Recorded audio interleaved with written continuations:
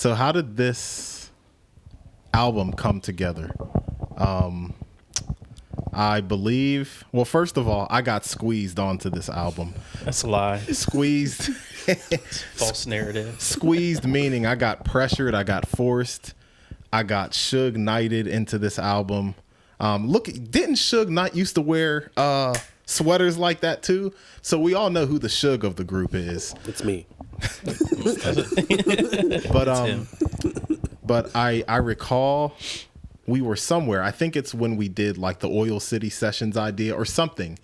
And I think Samson proposed a group album or a group collaboration that included himself, Tevin, Tyler, who is now married, shout out to you, and myself. And I immediately declined because, as I usually say, I'm not a rapper. I don't do that stuff. He's retired. Very much retired. Fake retired.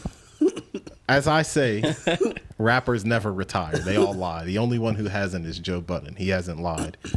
So yeah, and then Tyler was getting married, so he couldn't really participate. Mm-hmm.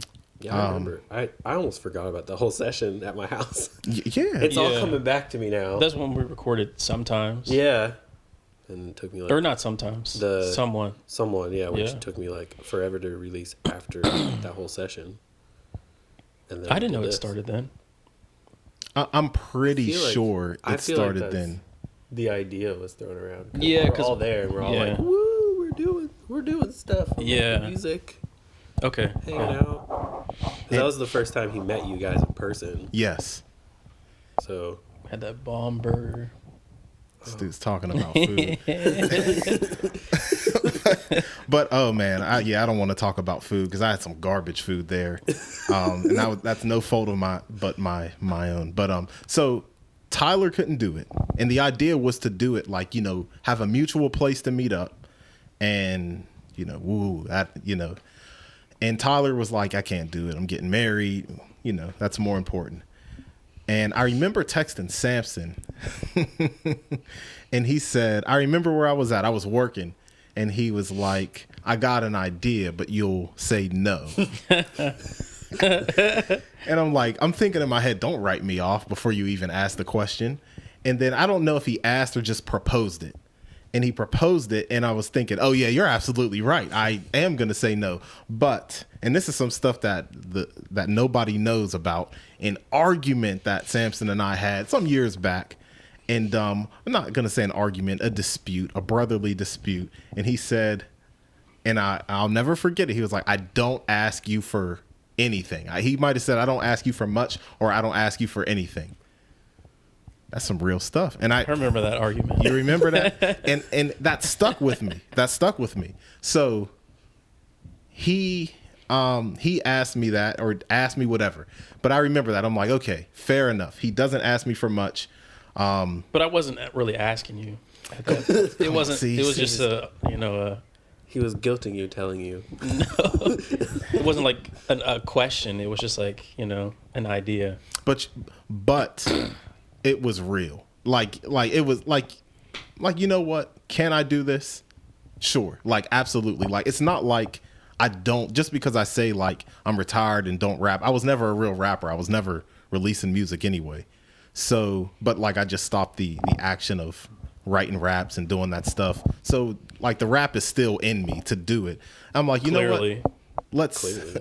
I'm like, rappers never retire. So I'm like, let's do it. I'm like, I'm in. Little did I know what I was getting myself into. Months and months of work. No. So that's how I agreed to it. And then, Tevin, what's your piece? Just in general about, I don't know. I feel like as everything in my life, someone asked me to do something and then I just kind of roll with it and then realize that, oh, now I'm doing it. And turned into this really big project and us going to like taking little mini trips and bringing our whole rigs. And also like I'm not good at writing lyrics, so this whole experience was me trying to like absorb how you guys write lyrics and do, I'm not trying to be you guys, but just like you guys to me are really good at writing lyrics and delivering your lyrics, and I have not been, at least consciously. I feel like self-consciously I don't feel like I do that, but it was a good learning experience. So that's the one thing I took from it, was like it was fun putting something out there of me trying to learn how do I rap. Because I've done a little bit, but it was like, this was like an official, like, all right, we're doing a whole album and you're gonna do lyrics, vocals, rapping, and like it's gotta sound good, because this is like a big project where there's not just you whose name is on it, but other people. And I don't want to be like the person who's like, I'm gonna rap about Maseratis and stuff that has nothing to do with me. Yeah. Which I don't mean that against anybody else, but it's not me. I wanted to sound genuine me, and I just was like, how do I do this? I need help. So I was just trying to learn from you guys. Like, they are genuinely themselves when they do their parts. How do I do that? And I don't know if I fully did it, but I feel good about it after listening to it when it's done. Yeah. That's what I got out of it. Like, And I it think was a big project, and I'm proud of it. I think that for me, that was a cool thing to see you flourish in that way. Me and Quentin had this discussion before too, like especially when we first heard that Coffee Time verse, like you just kind of like blew us away with that flow and everything. And when we first all started making music, you were the guy who had the most experience, you know, when we first started making music, and then you kind of stopped recording vocals as much anymore. Yeah. Which gave us time to catch up with you a little bit. So back in the day, you were the guy who was like, oh, he sounds the best. He sounds the most comfortable on the track. And then we had our chance to do it, and now we're comfortable recording or whatever. So it was cool to see you find your footing again in something like this, and to do it so well too.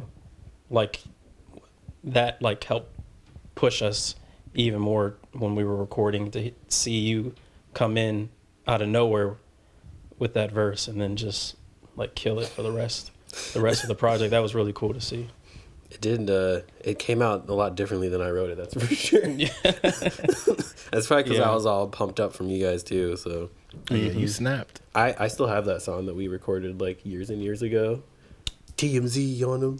Oh, that song's probably horrible. That should be our real bonus track. Put that garbage out. It's still, that verse is, I still somehow know part of my verse from that, which is really sad, because I was working at Pizza Hut. Because like working at Pizza Hut really ain't the best. I handle all the dough, but I never make sense. the best line I've ever wrote. Bars. What was the concept when thinking about the concept? Not the concept of the album, how it took shape, or the contents of the album, but how it came together.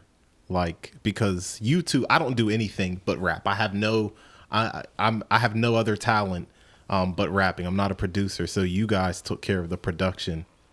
Like, I know we had a Google Drive, a shared Google Drive, and a bunch of beats came in. You had beats, Crowd of Places had beats, and then we had, what was the other ones that I had reached out to a few producers and they fell flat, except like Johnny Who. We got loops from. Oh yeah, That's what I was- Oh yeah. That's what I was 3-0. Yeah, yeah. he sent me a bunch of loops a while ago when he first found my music. He's like, "Oh, I'd love to do something," and he sent me like a bunch of sample packs. And I never got around to it, but I always wanted to work with the stuff they sent me because I really liked it.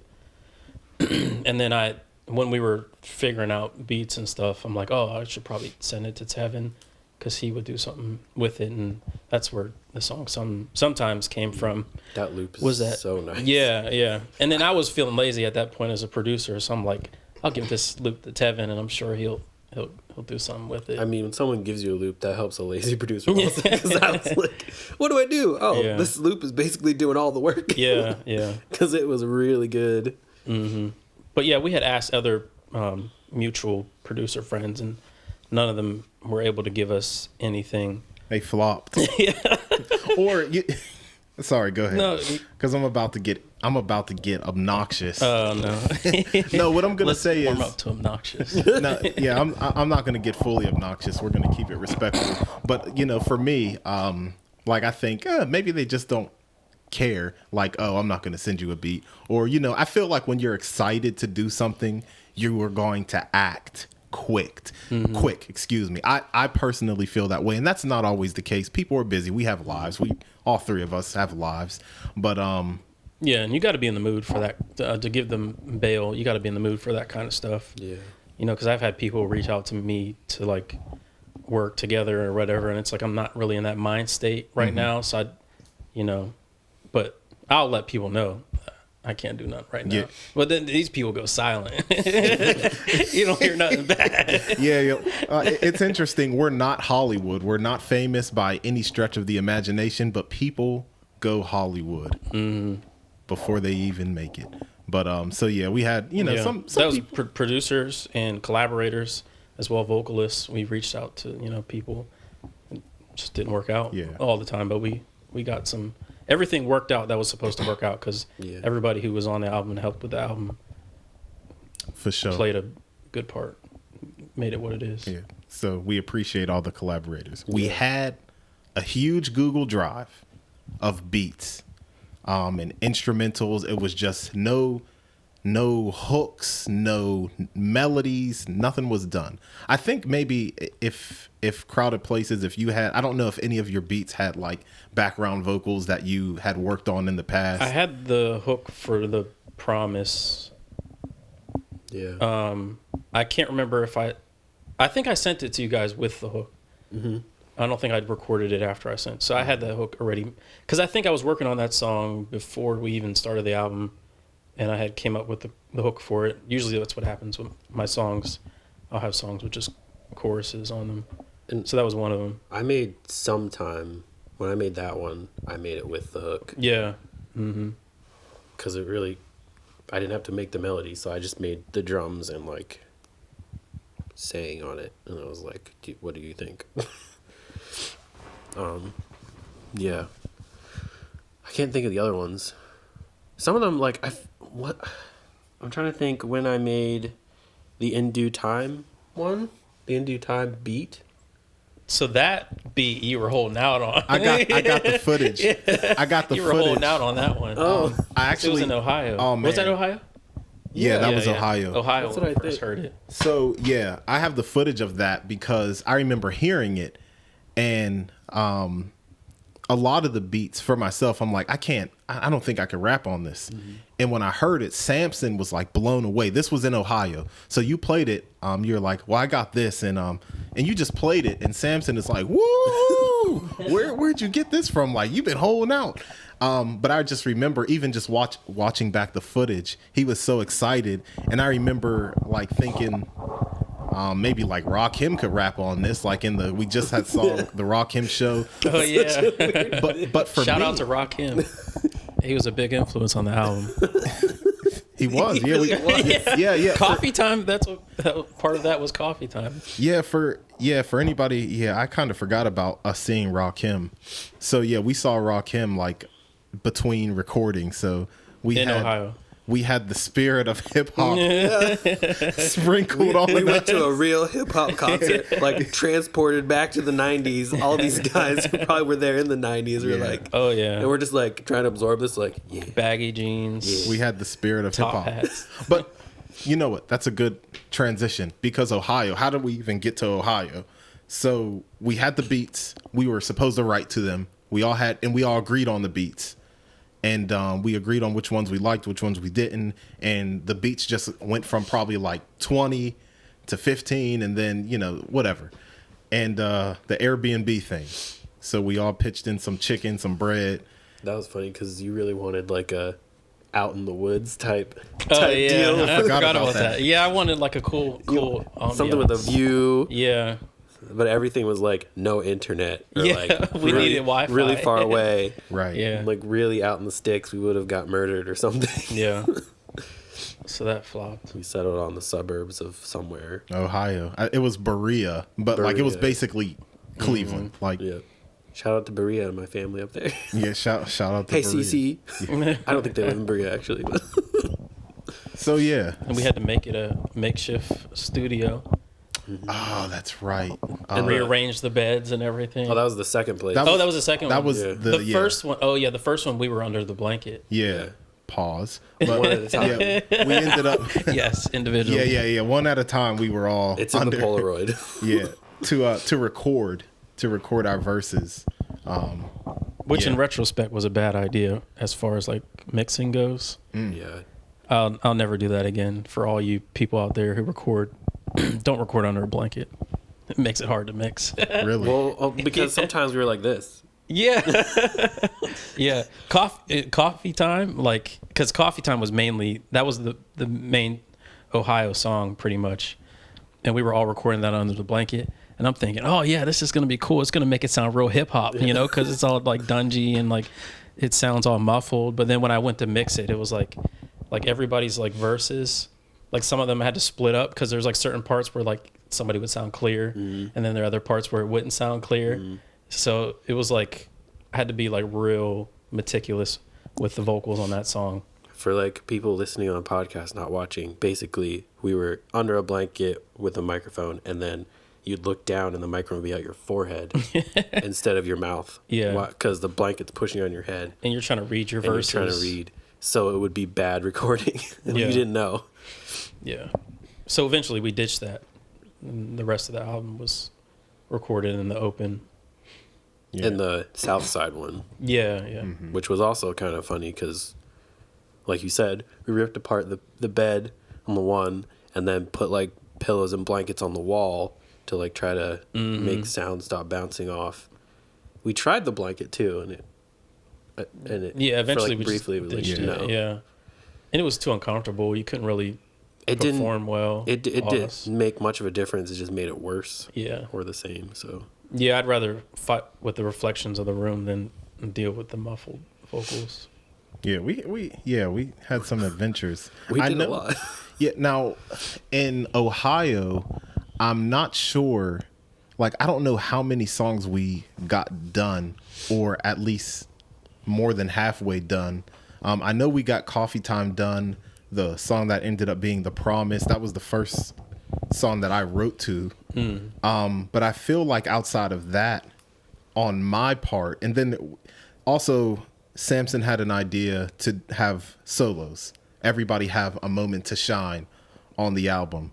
And I had like a half-written verse to a song that ended up not coming out or being fully recorded. But I'm saying all this to say, outside of like Coffee Time and something else, and like a hook that we did for Every Chance I Get. Now, I went to sleep around 12 p.m. on our last day there. And I went to sleep and I woke up and like maybe two and a half more songs were done. Tevin solo. I don't know what else. And I In think Due Time. the In Due Time hook. Yeah. So yeah, he's a workaholic. Like he I went and played Switch for a while, and he was still sitting over there. You played He was still- I was like, I'm done. I'm gonna go play some video games to clear The my job's head. got to get done. I wasn't on vacation. yeah, no, forget vacation. Yeah, it wasn't no vacation. But like I'm going to bed. Like I'm going to sleep. And I think you guys were up till around 3 a.m. Was it 3? That's the time I remember being told. Is this you talking about Maybe. Ohio? Yeah, Ohio, Okay, on our Ohio, very yeah. last day before we packed it up. Yeah. We were up late. Yeah. And you guys were putting in work, but that's the thing about Crowded Places. This is what I'm talking about. I didn't know what I signed up for because This guy won't eat. He's like, I'm not hungry. We're hungry. What's the point of eating? see what I'm talking about? Like, I'll eat when I'm dead. I'll eat when this is done. It might take like 5 more hours. We ain't got time to eat. We can't eat. Eating is a reward. You can't just eat in the middle. Like you didn't even finish the song. You're gonna eat. You reward yourself after you finish your work. and I think that's where we all differ here because you view like like you just said, eating is a reward. Maybe like a piece of cake is a reward. You know, like dead serious, like a piece of cake, or like, okay, I'm gonna go eat like Popeyes or something. If you know what I mean, like as like a fattening reward. But like eating is a necessity. Now we're Americans, so it's not like we could all probably miss a few meals and still be healthy. You know what I'm saying? It's not like we're gonna die if we don't eat. However, we're human beings, and this is the thing.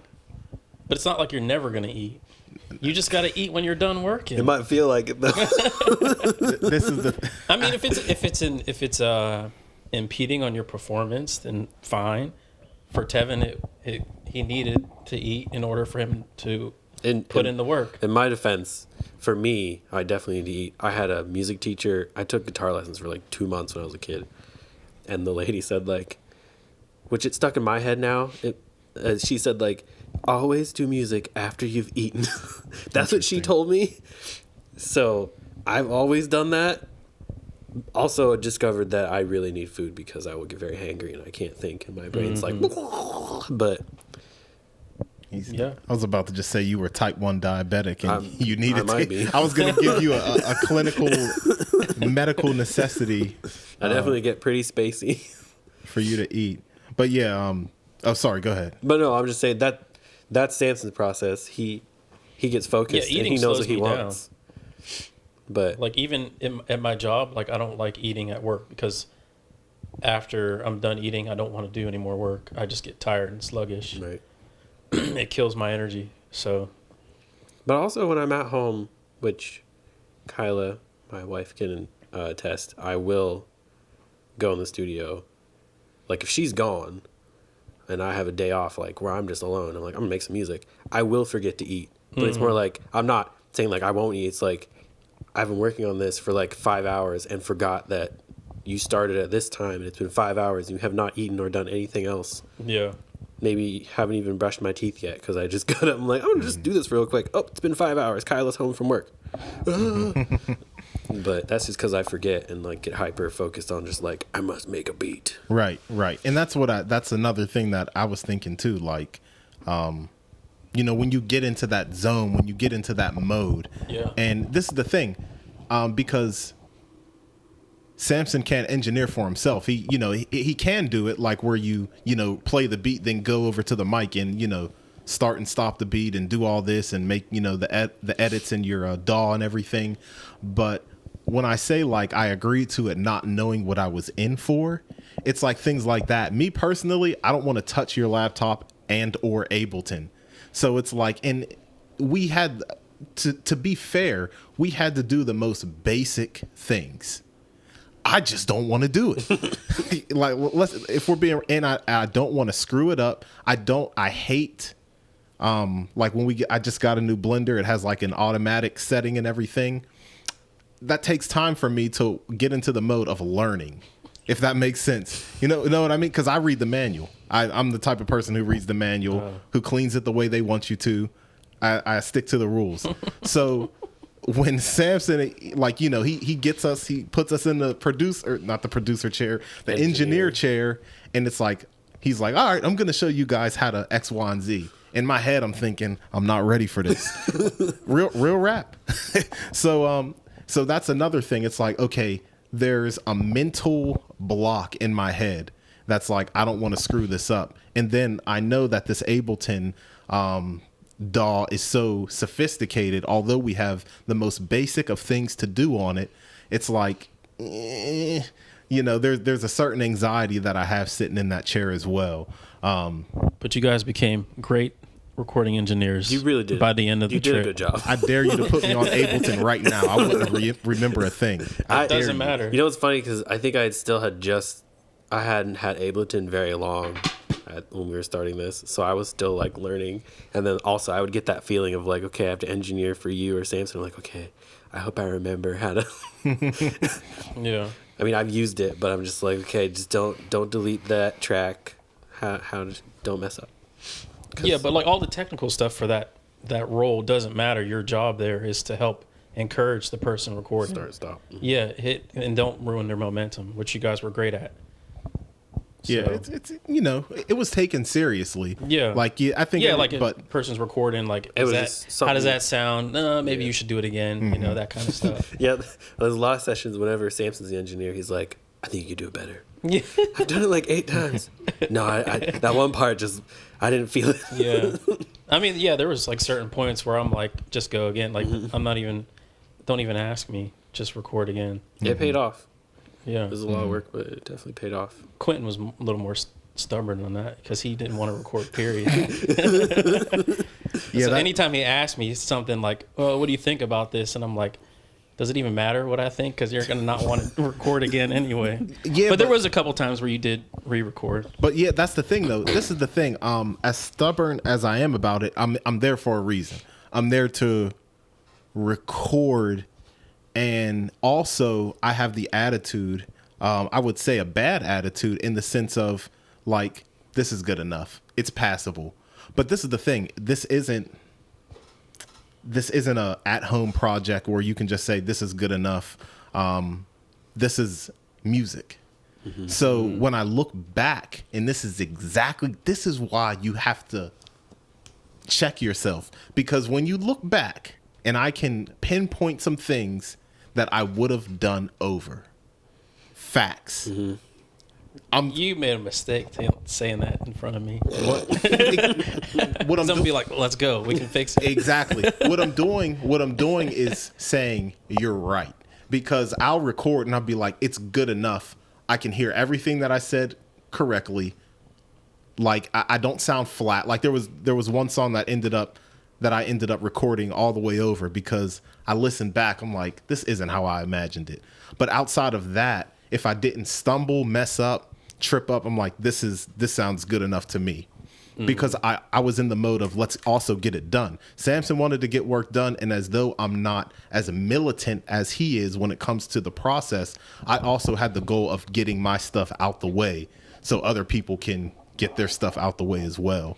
But I think the point of me starting to talk was he's militant. Well, I mean, the whole point of it was because, especially with something like this, like if I'm making my own project or whatever, I can be critical of myself. But when you have other people involved, my objective through it was to make sure you guys were proud of your work, that you guys would be happy with what you did. Because I didn't want, like, a year from now, Tevin to say, "Oh man, I sound so stupid doing this," or Q saying, "I wish I never recorded that line," or whatever. I wanted you guys to be happy about this years and years ago and not feel like you wasted your time.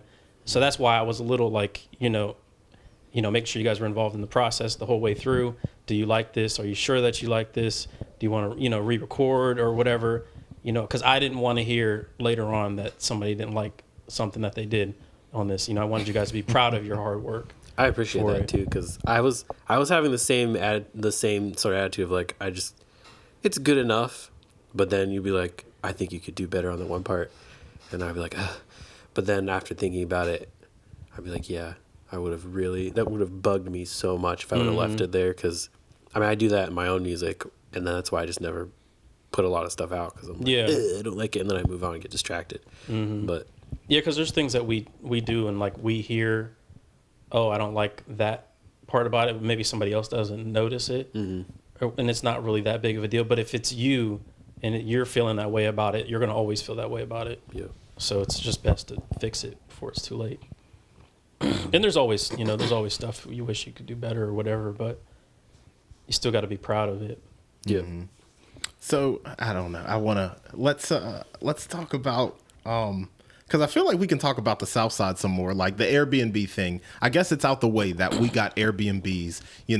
That inspired some of the lyrics. Renting an Airbnb on the weekend, Polaroid. Can you say cheese? It definitely inspired some of my lyrics. So the whole getting away thing, I think it served its purpose as like.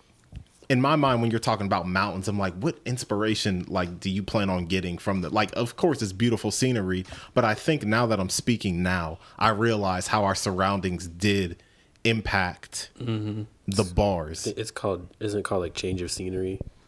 Like it's a certain thing where to change your scenery as creative, it helps you be more creative because you have to Yeah. change your surroundings and it helps you. And it also helped us to like take it a little bit more serious. Like, Yeah. okay, we're here, I spent money. not just here like for fun, but we also spent money. So like, we got to make sure it's worth it. Yeah. Facts. And we only have set amount of time because we're all extremely busy. Yeah. And that's one of the things about this album. I don't know if it would have ever happened any other time in our lives. Right. So like when we were on the clock, it was like, okay, we got to make sure we're not wasting our time. Yeah, and that T plus does not live close to us. I think somebody was DMing me, and I'm like, yeah, it was it was a process, especially because all of our schedules, and somebody thought you lived like they thought all three of us were like next door neighbors. I wish. That'd be sick. But it's like it probably would have been easier if like all three of us were next door neighbors. Now, But it might have been harder too. Never get it done. Convenience, you know. Yeah. So yeah, like buying out the time. We took PTO. I had just started a new job when we went to Ohio too. So it's like, Commitment. yeah, it's like it's like wanting like you don't want to ask like, hey, can I get this day off? I know I just started. I actually like we left for Ohio my second week of the job. It's like, what do you look like leaving work for PTO? Before you can even gain PTO pretty much. But my mind just went blank. My mind just went missing. Yeah, my mind is missing right now. Because I had something that I wanted to bring up. But I completely forgot. Oh well. We were talking about the recording process. The recording process, but there was something specific that I wanted to say about the album that I just can't remember. It's not the solo songs. No, yeah. Recording process. He doesn't like the album. Well, I can talk about like how we all recorded. Like I recorded the first when we were in Ohio. We all kind of learned each other's recording style, and like it took me like a billion takes to get my stuff recorded. Tevin took you a lot, and Quentin, you just wanted to get your stuff done, so you didn't really take many takes at all. So with that in mind, I recorded a lot of my stuff on my own time before we got to our next Airbnb, because I had I don't know how I had the majority of my songs written, my stuff written for the album, maybe like I don't know 60% of it, 70. I don't know the exact percentage. So I had all my stuff already written. They were still writing their stuff. So I was like, well, I got my stuff done. I'm going to record the majority of my verses from home because I know I'm going to take a lot of takes and I don't want to take out of their time. This is when we were going to go to the South Side. So the South Side, when we were in the South Side, that was just dedicated to you guys recording. I don't think I had anything planned to record except for the hook for Go. I did that on the spot. Yeah. That wasn't written, but everything else I was just there to kind of engineer you guys. And Yeah. I think you were still writing when we were in Yeah. the South Side. I was putting it off because, like I said before, I'm not comfortable with writing. And I'm really good at procrastinating. And if something is going to take brain power or I have to like think about it, I kind of just don't do it. So I was putting it off. So I just did it there. But I think it worked for me only because I then was inspired when you guys would do your stuff. And I'm like, okay, I have something to work off of.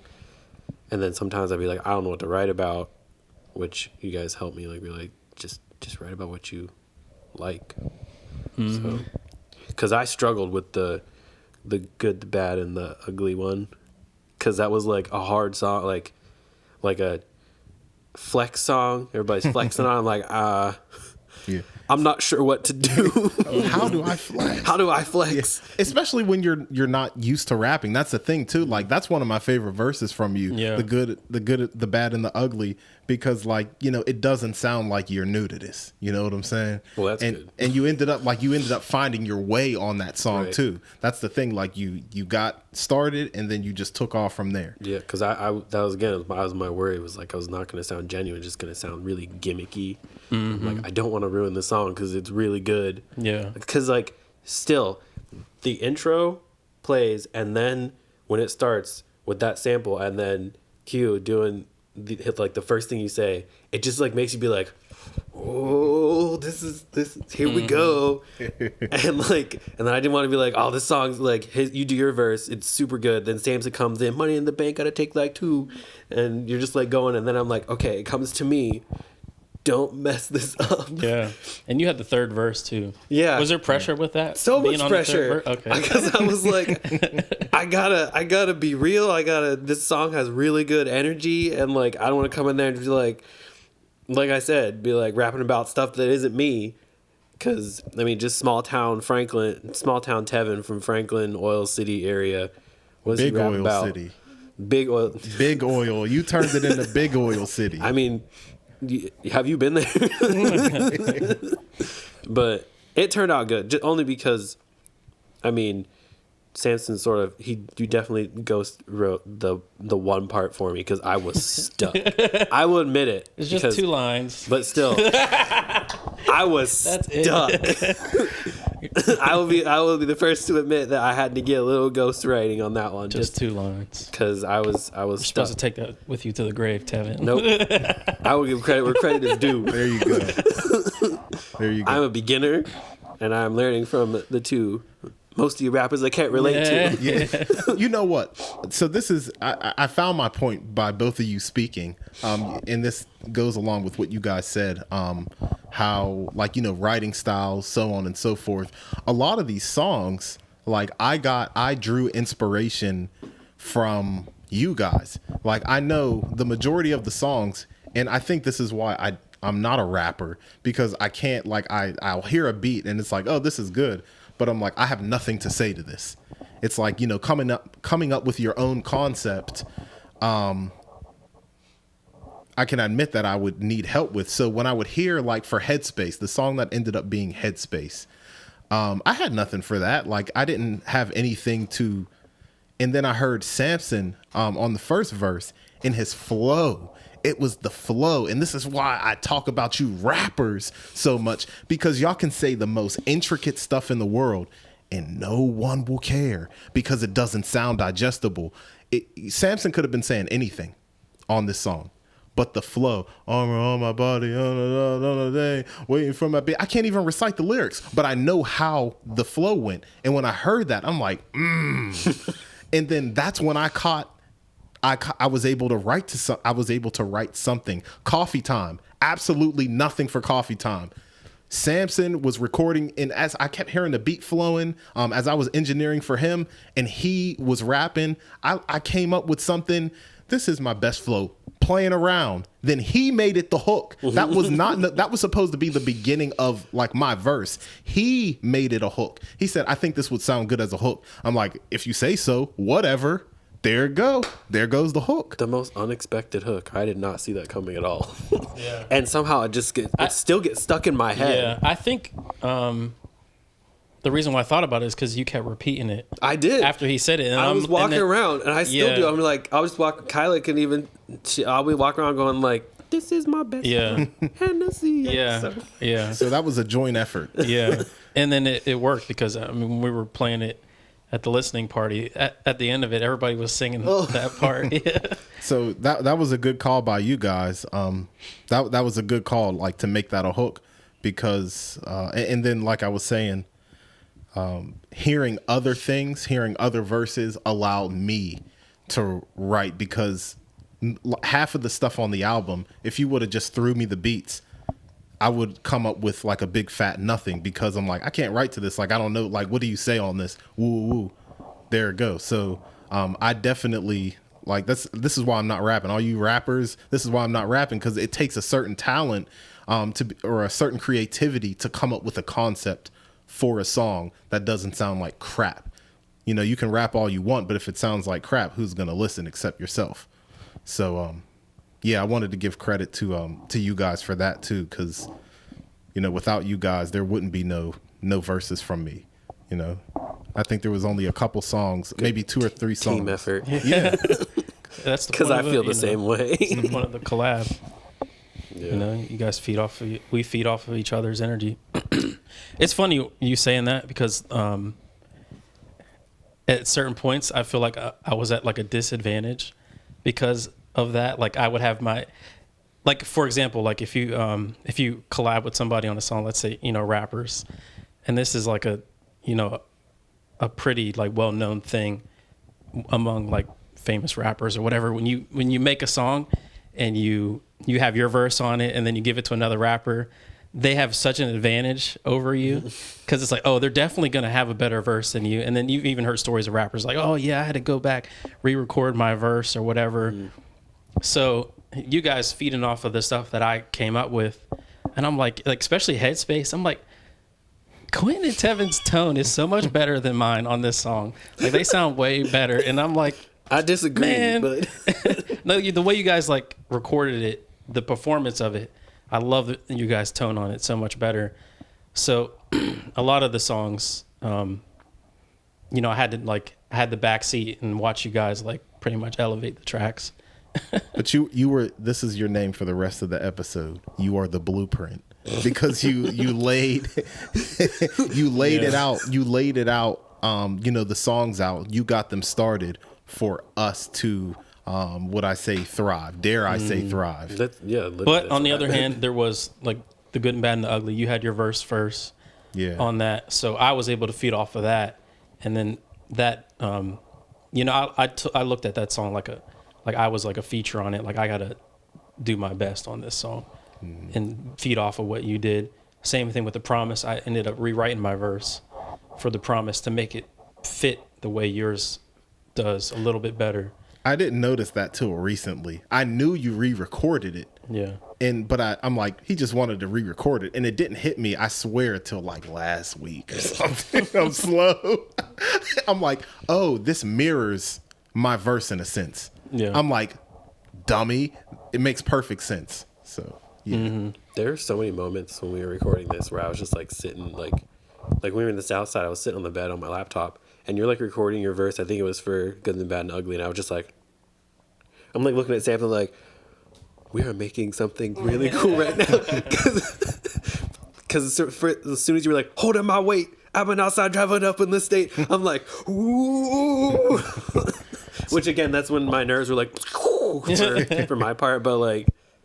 That was coffee time for me. I'm like, oh, we might actually be making some good music. Yeah. Like this isn't like, that was that moment where I'm like, okay, this could actually be something really good.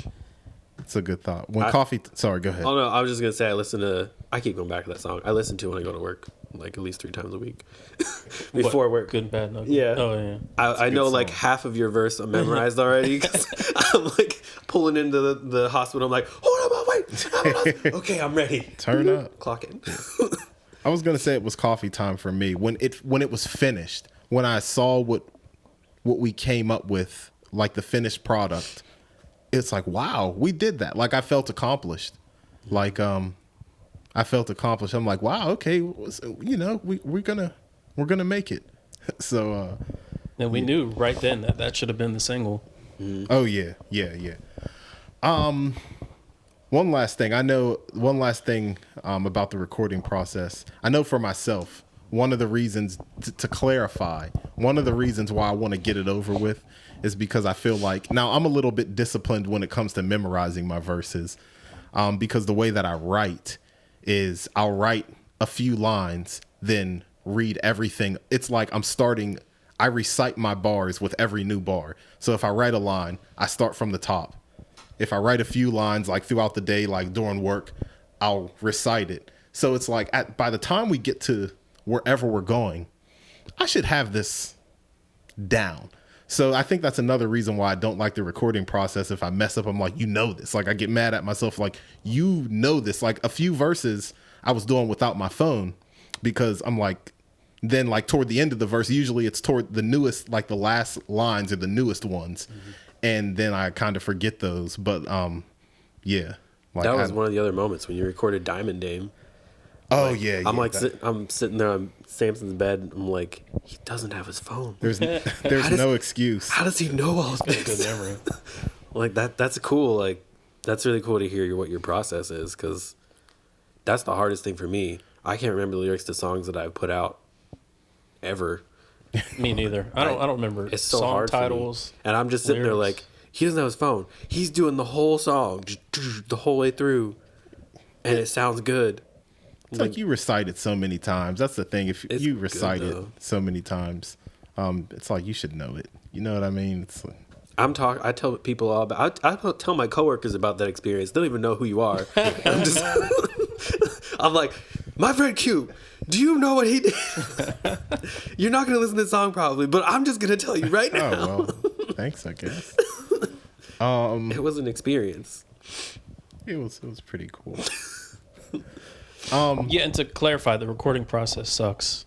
It sucks. Period. Like, Yeah, it does. it's not just that you want to get it over with. It does suck. It's Like, tedious, and it's very annoying. that whole thing in the back of your mind of like, if this is the one you have to listen to for the rest of while this exists. So is it good? I want it to be good, and I also don't want to do it like 900 more times. Yeah. But Oh, thank you for saying, you guys, this is why we're a team, because you guys make me remember.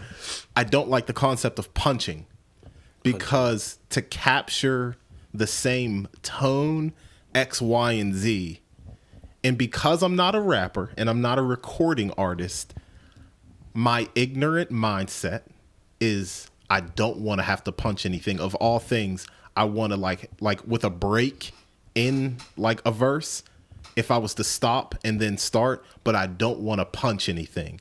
So I try my hardest to get it all like in, at least in groups. Like I know with Go, there was like a break and then, but like I don't want to have to punch in a sentence because I find that extremely difficult to capture the same exact cadence, tone, whether it's softness or aggression. I don't like it. I don't like it. I don't like it. So I'm like, okay, get this right. dedication to avoid it. No, I'm dead serious. And that's another reason, like, I'm glad you guys said that I will default and say that's good enough. Because I may not like a certain word or the way I said something, but I'm like, I'm not punching it. Right. And he's a puncher. He's Evander Holyfield, Mike Tyson, and Oscar De La Hoya. But you have the repetition of it. Not saying that it's easy, but you're used to it. I'm not. I know what I'm listening for when I do it, but I don't do it all the time though. Oh yeah. Just when it's I'm not trying to. This is don't no disrespect. Don't disrespect. He punched every single word. I will punch in words though. If I don't like the way I said a word, I'll punch it in. I don't care. Yeah. I mean, that's the Because power. I'd rather do that than re-record the whole thing. Yeah. That's stupid. Especially if the tone is like really good, Yeah. and you're like, okay, I know I can fix it. Everything else is good except for that one part. If I can just fix that little part, why get rid of it? So, yeah, do it. Yeah, that's the other thing with recording and noticing us. And I mentioned this to you guys when we were, I think, in one of the Airbnbs. But like Quentin, you have an advantage because your voice is very easy to convey how you want to say it. And your voice pretty much stays this, not like your monotone, but it stays the same. Like you can have easy control over how you sound. My voice is a little bit lighter, so I have to work a little harder to keep my voice controlled, and I have congestion, so my voice will squeak a little bit, or it'll get a little raspy or whatever. My voice tone changes a lot, so it takes a little bit more work for me to record. And I think Tevin's the same way because we both have lighter voices, so it's a little bit more work for us to get our recordings the way that we like them to sound. I keep going back to that song, Good, the Bad, and Ugly, but that was because I was that was my other thing, was like, how do I sound?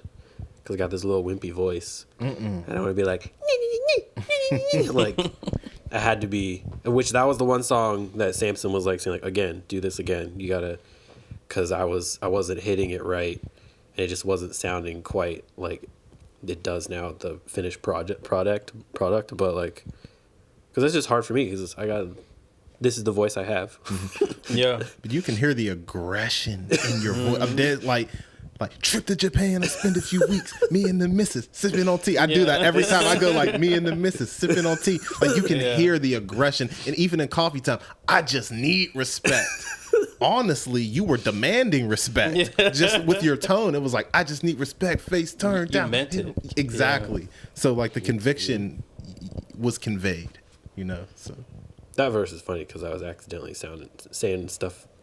I knew what I was saying, but I hope people understand that I wasn't talking about. Oh yeah, Tevin was. I was doing foul. wordplay that was based on like 90s hip hop, but then mix it with skateboarding. Yeah. Oh yeah. Your original. What was your original lyric that we had to change eventually?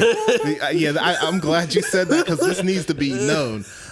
Your original There lyric. was several lyrics Tevin had to rewrite Yeah, because he was speaking like a real thug. Yeah, he's a goon. Yeah, talking about See, Oil City. this is why I needed help, and because I was afraid that I was going to sound something that I am not.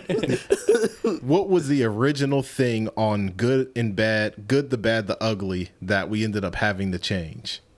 Because it was Stomp. I have Stomp That Flick, which what I'm trying to say is when you do a skateboard trick, like you're trying to do a kick flip, varial flip or something, you got to like find your foot, you see the board, stomp it down, you've landed it. Or even snowboarding, whenever you hit a trick and you land it hard, you stomped it. You stomped that trick. But I don't remember what the original one was. You said Stomp That Trick. it was Stomp That Trick. that But was- we changed it to Stomp That Flick. And honestly, Trick sounded a lot better. It did, but it And you said it, you recorded it. That was part of the struggle with the recording because you recorded that so good. And then he's like, oh, I need to change the lyric because somebody will take it the wrong way. Yeah, they and then you are having a hard time re-recording it with the same passion. So, for those who don't know, there's a movie called Hustle and Flow, where starring Terrence Howard, Anthony Anderson, Taraji P. Henson, and he was like an aspiring rapper, and he ended up coming up with a song called "Whoop That Trick." So in the trick he's talking about isn't no skateboard. So and that was the thing. Like I remember hearing it, and I'm like, I know Tevin don't mean no harm. Like I knew you didn't I've mean never even like. seen the movie. So it was like, is this even worth bringing up? But it's like other people are gonna hear this, and I know somebody is gonna say, "What do you mean, stomp that trick?" So I'm so glad you told me because I would be like, oh no, what have I done? that was the most egregious one. You had Violent some other Tevin. violent bars. I mean, my first bar, like face turned down, hit him with the tech. Yeah. I am not shooting someone. When you land a trick, you got to make sure your body is centered. Sometimes that means hands down, face down. And then hit him with the tech is a technical trick of like no slide, flip out. Technical. There you By go. the But way, you know. Tevin has probably some of the most quotable lyrics on the album. If you want to land it, better commit. That was like my phrase of the year. Throughout anything, working out, like, come on, you want to land it, you better commit. Commit. There's this a brother I skate with when I was growing up. I still skate with him sometimes, but he lives in Bolivia, so he only comes back every once in a while. And they always said, if you're gonna land, you have to commit. When you're gonna try to land a trick, you have to commit to the trick. Otherwise, you're just gonna fall and hurt yourself. Like speed, commitment, you can do it. If you want to land it, you better commit. Act like you planned it. Don't contradict. Yeah, You see how yeah. quotable? Like I can, That's hard. Thank you, skateboarding. you were rapping about real life. Yeah. So I'm glad we got the whoop that trick. Because I wouldn't have remembered that either. The collaborative efforts with the features. Who did we have? 3-0, which was like a co-producer, gave us the loop. King Keese, Jay Leday, Tyler, or Ty Cam, as we know him. And there's Johnny like who? Johnny a Who. little feature of jazz. Oh there. yeah, Yeah. on the interlude. Yeah. Who else's voice? You had Tyler on there. I just had Tyler and Jazz. I asked some other people, but they were kind of busy, so it didn't work out, which is fine, because we were on a time crunch.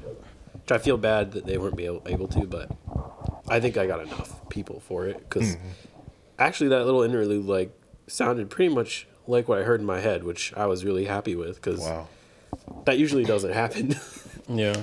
But yeah, because when I had the idea, I was like, I need everyone who's been on its voice, but I really want Jazz, like her voice, because she does spoken word, and like she's good at, you know, saying words in a really cool way. I was like, just send me a bunch of takes of you saying it, and it was perfect. It was super cool. Shout out to Jazz. We just had a podcast yesterday where she was getting shouted out. But this will come out like a week after the one that she was getting shouted out on. So her name has been in my mouth for like the past 48 hours. So It's because she has talent. Exactly. She's good. She's Multifaceted. shout out to Jazz. Generational talent. Facts. So Johnny Who, and I want to give a shout out to Johnny Who because he produced The Promise. And that was the very first song that I wrote to. That was one of 2 songs that I was able to write to, like, off the top. So that was a collaborative effort. Of course, he's the big OG. You know what I mean? So so his beat was there from, like, the beginning when he offered his production services. Without Johnny Who, we wouldn't be here. Like, literally. Nah, just him. Actually, none of us would be here, really. Yeah. You'd probably still be in Atlanta. I would not be making No. music, probably. He's the godfather, matter of fact. I was just messing with it and then messing with music when I was a kid. I don't remember. I remember when didn't I like meet you at a party or something with Brendan? Yeah, it was like a formal or something. Yeah, and like, yeah, but without your dad, I wouldn't have like I wouldn't have really done music. Really? I mean, I did music before him, but like he at one point gave me a huge binder of trip hop, and I was like, this is super cool, and it like inspired me more because before I was inspired by other music, but like he kind of just like moved me forward of like gave me some new stuff to listen to that I would have never found. Wow. Like I didn't know what trip hop was. So he like expanded my tastes in music and be like, oh, there's so much more, and then I want to make more stuff. And then he just kept giving me stuff. You guys know, he just don't give it. He's the godfather. Johnny. You want some equipment? Yes, I guess. For free? Fun fact, both of those mics were given to me by Johnny Who. That one there and that one that Crowded Places got. That was a Johnny Who donation. So shout out to the godfather. That's his name for the He's show. your number 1 fan, podcast fan. By the way, yeah, Johnny Who is realer than everybody. He'd be listening to the pod. He'd be listening to the good ones, the whack ones, the ones I didn't feel like recording. Shout out to Johnny Who. He's the ultimate support. Seriously, good brother. I got my first bass from him.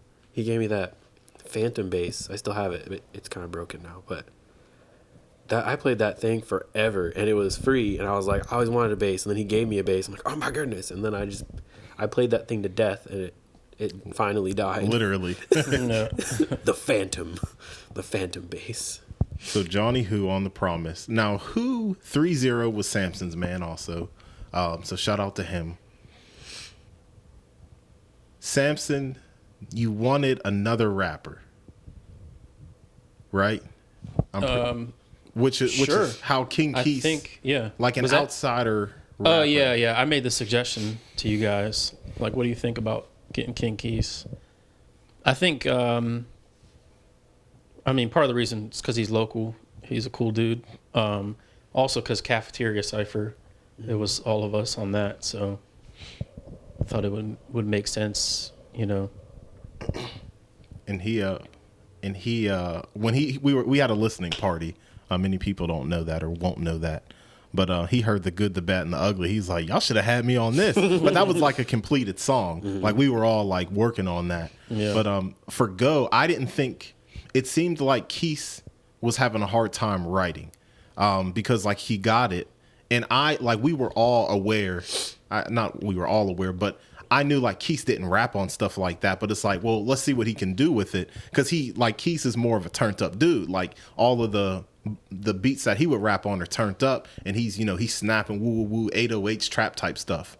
So but I love his verse on Go because I feel like we got to see a different part of King Keith. Like it's like, no, King Keith isn't one dimensional. He just doesn't rap on these trap beats. Yeah. King Keith could get off. And by the way, that was produced by that T Plus. So I wasn't sure. Sorry, go ahead. No, I was just making a face like that's me. Gotta give you your props. Yeah. So And that was the goal of the song too. having him on it. It's like we don't want him on something that we expect him to be on. There you go. We want to Yeah. hear the different side of him. It was the best song to have him featured on. Mm-hmm. Also, like, I love making those types of songs, and he literally did what I have envisioned for a song like that, because his voice is just so like flowy and super nice to listen to, like his tone and everything. Like, I want to make another song where he just does, like, it's just all him with that kind of Kate Tronada type nice beat. Like, Smooth like butter. I love making those, because that when I made that beat, I was listening. I don't remember who made it and what the song is called at the moment, but like I was listening. My reference song was like a song like that, and they had a guy like rapping on it. Not really the same as him, but like had that vibe. And like when Keith did that, I was like, oh my gosh, we like made what I had in my mind again. Like a team effort, it like happened, which still gets me pumped up when I listen to it. Like he knocked it out, Yeah. and he didn't even have like. It took him like no time at all He to knocked it record out. it. Two verses and a couple I mean, takes. two recordings. Yeah. Yeah, and honestly, I say one take because he elected to re-record. Yeah. So if anybody never knew anything, I'd be like, oh yeah, he came in and did it in one take. I said that on Instagram too. It was really two, but it was really one. The first one was 100% fine, Exactly. but as an artist, he was like, "I'm gonna do it again." Right. He's a real professional. Keith will always have my respect, because even when we first started working together, he would be like, "Do you have a deadline? How much do you want me to record to this?" He was very like on point about all of that, and he delivered every single time. And even for this, like you knew he rehearsed his verse. He was ready. He wasn't there to waste nobody's time. I'm like, that's real respect right there. Yeah. He came in, he was ready, and he knocked it out. Yeah, I'm glad he came up with what he came up with for that song. And the other thing about feeding off of each other, because I sent him your demo for the verse, so he was able to feed off of what you did with that, and that's what helped him with his ideas for that too. So again, the whole collaborative thing played a part in that as well. So, who came first? Jayla Day, she came before Tyler. I'm pretty sure. I think Tyler was the last collaborative effort because Jayla added vocals. Yeah, her vocals were on there. And she had the already. backup vocals. Now, around that time, she had recently released a song with another person. And I'm like, she was fresh on my mind at the time. So I'm like, hey, get Jayla on there because this new song that she just came out with was fire. I think her voice would sound good. And this was on Headspace. And she was able to do some backup vocals. And then Tyler put like the cherry on top with the bass. And that was... when did he do that? The guitar? Yeah. Oh, yeah. Sorry, guitar. Yeah, he did that solo. I'm trying to think because we gave him a deadline for that, That's right. and I can't remember when it was, but we were like, "Hey, do you think we can get this?" Because we were rounding up everybody, like even my dad, him. Was there somebody else that we were waiting on for something? Maybe it was just them two. I think it was just them.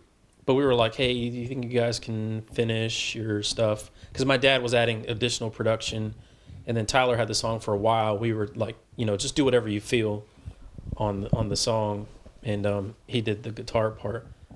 But yeah, both of them they submitted their stuff by the deadline, because we were like, we need to finish this album. Like it's taking too long. Yeah, it got pushed back a couple times. We wanted a summer release or like late summer release, and things, time, unforeseen occurrences, life, like stuff was happening. A lot of stuff ended up, just happening, and things got pushed back. And me sucking at engineering. Nah, I had to push the album back like two. How many dates did we lose? Twice. Don't even matter. Because I didn't know how to master. I mastered the album so many times. He's being hard on himself. It's just because you wanted it to be the best it could be because we put so much work. Yeah, I'm like, this has to be my best enginered album. And you went to ever. Brazil as well. Like, Yeah. But I mean? should have been done before that. But I was not. I was not at the peak of my abilities. Can we? I feel like there's, because I want to talk about I want to give you an engineering session, or a solo spot to talk about the engineering, since you're the only one, who worked on the engineering. Can we get the solo songs out the way? Because Crowded Places had his solo first. Oh yeah, my song was done before we even made this album. Yeah, Somersault. Yeah. Well, I was gonna put that out as like a single or something. I'm glad it's on our album because Yeah, it fit in perfectly. No, too. yeah, because honestly, I had no place for it. Like with my music or the albums that I'm working on, it wouldn't have sounded right. So it made more sense for our album because it's more of like a turned up song, Right. more fun song. Yeah. But yeah, that was made before we had that.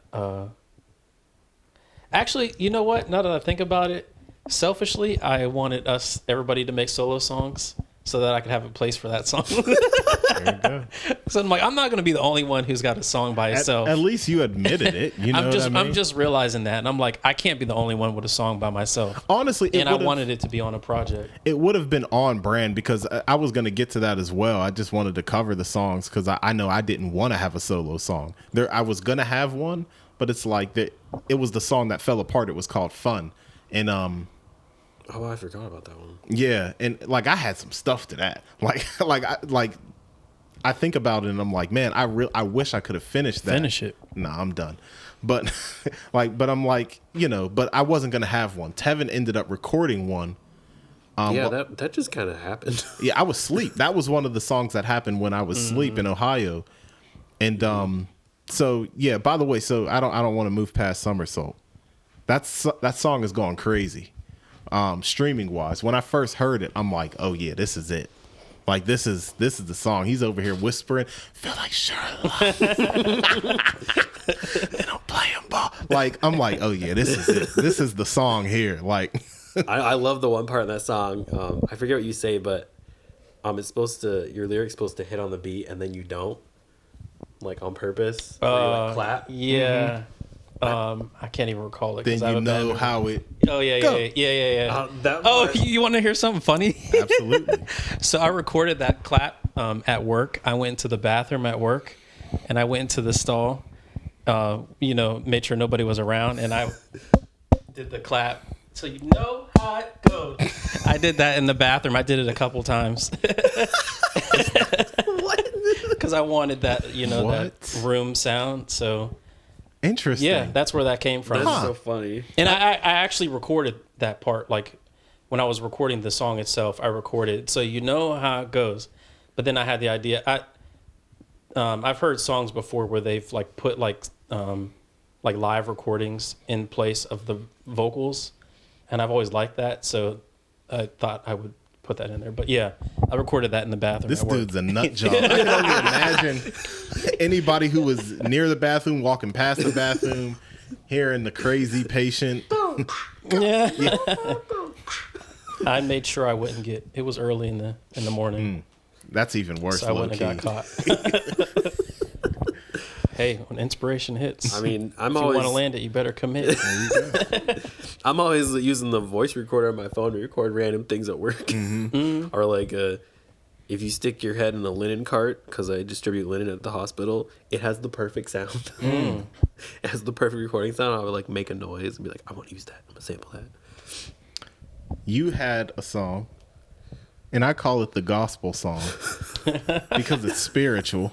I didn't mean it to turn out that way. I was writing what I feel. You're a spiritual man. Your wife will be happy to know that you married a spiritual man. Because even from greatest to least, God skating in music. Your priorities are in check. God, and some leisure time, and music. I can't believe you put skating over music. That's crazy. To be honest, I like skating more than music. Wow. I wasn't expecting that.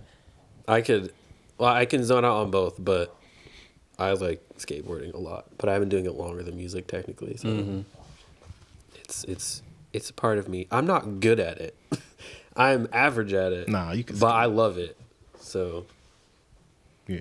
So can you talk about your song? Like how you know what I mean? Because even as not being a rapper, like, you know, you were getting your footing in as a rapper. So how, like, and I was asleep. I have zero footage, no recordings of this song. So I have no insight on, you know, how you came up with everything.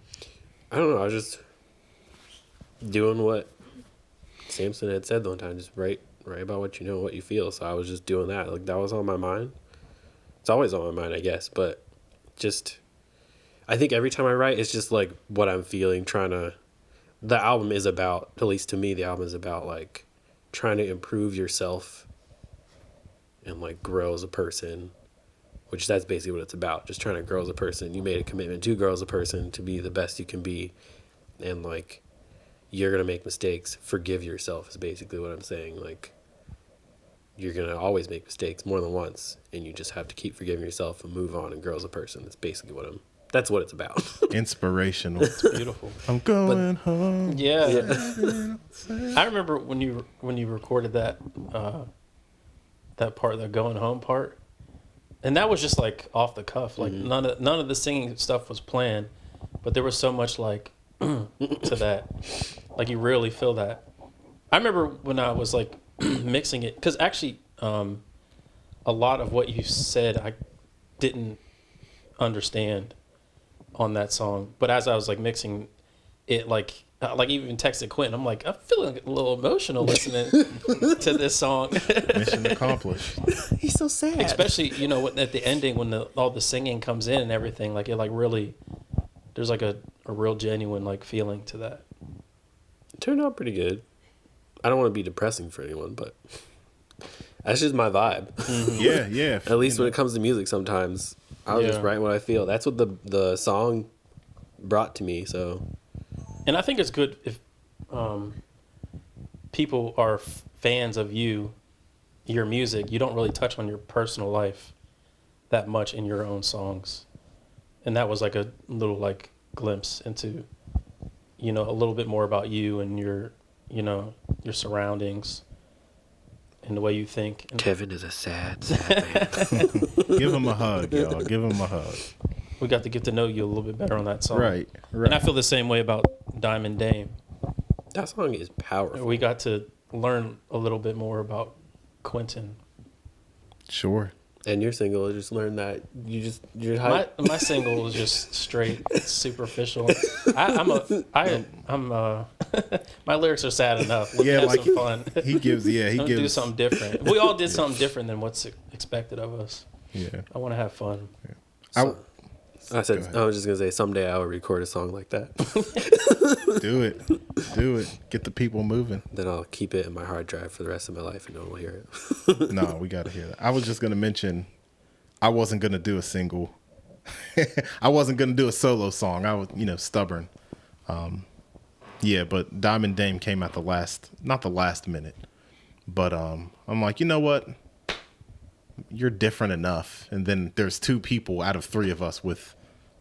Yeah, thank you, Tevin, for backing me up, because I was the only one fighting for it, and Tevin was like, "Yeah, I think you should. It would make sense if you did a song too." I'm like, man, forget all that. It would make sense. Like, it would make sense. That's the thing. But me, idiot and stubborn, I'm like, man, no. And then I'm like, okay, I'll do it. Like, and to be honest, I'm like, I feel like writing a little more. I was already in the zone of writing. I'm like, you know what? Let's do it. And then Crowded Places sent me a few beats, and like there was one that I was able to work with. I'm like, okay, all right, I can do this. Then he sent me one more, and it was the original beat to Sing From Your Heart 3. It is 3, right? Yeah. The one that Sing From Your Heart 3 now is out now on all platforms. 10 minutes of about straight fuego. But that was the original beat for Sing From Your Heart 3. And I'm like, oh, yeah. And the beat kept renegading me. Quentin did it justice. Whatever he says. He just couldn't use it at the time. And I couldn't handle it. I was able to use it. And Forget that. So yeah. And that's how that came. So just briefly touching on that. So I wasn't gonna do a solo song, but it made sense. I I feel like I know you as a person that you would say no, and I figured if we would just let you stew about it for a while and be like, I knew in my heart that you would do a really good job because I had seen you other times like, he'll do it eventually, and then when you picked a beat, you're like, all right, he's gonna write and he's gonna keep writing, and then that's the thing. He pretends he's not a rapper, but as you said on the onset of this podcast, nobody's ever really retired. Facts. But I'm not a So rapper. the rapper in you will never leave. So Facts. eventually you would have came around and you did to making that song. you just need the right beat. Yeah, you're all right. But if you ask me to, let's make another solo song, I'd straight up tell you no and mean it this time. But okay, solo songs out the way, features out the way. The engineering part, because this is I don't have anything to say about this. The one thing I did learn was he said that my recording sucked. When? You see, Quentin, like I said before, you're blessed with the voice, makes it easy for you to record. But he's definitely the worst at recording. That's here. not true. I'm glad Because he don't know how to use the mic. But this is the thing. I'm glad you said that. This is the only thing I have to say.